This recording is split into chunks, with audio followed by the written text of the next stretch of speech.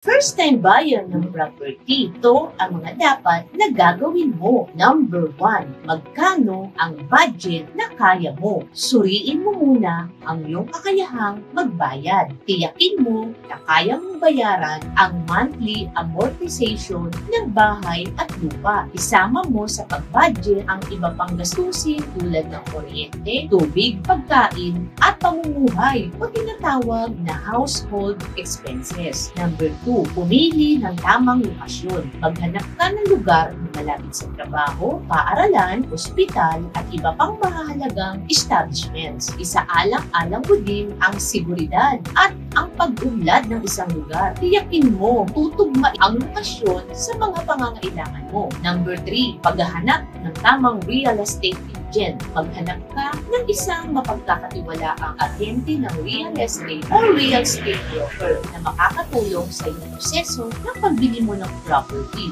at makakasama mo hanggang sa turnover ng iyong property. Ang bawat tamang hakbang na gagawin mo ay makakatulong upang masiguradong tama ang iyong magiging desisyon at maayos ang proseso ng pagbili mo ng iyong unang bahay at lupa. Ang proseso ng pagbili ng bahay ay maaaring maging komplikado, ngunit sa tamang paghahanda mo ay magiging maayos ito.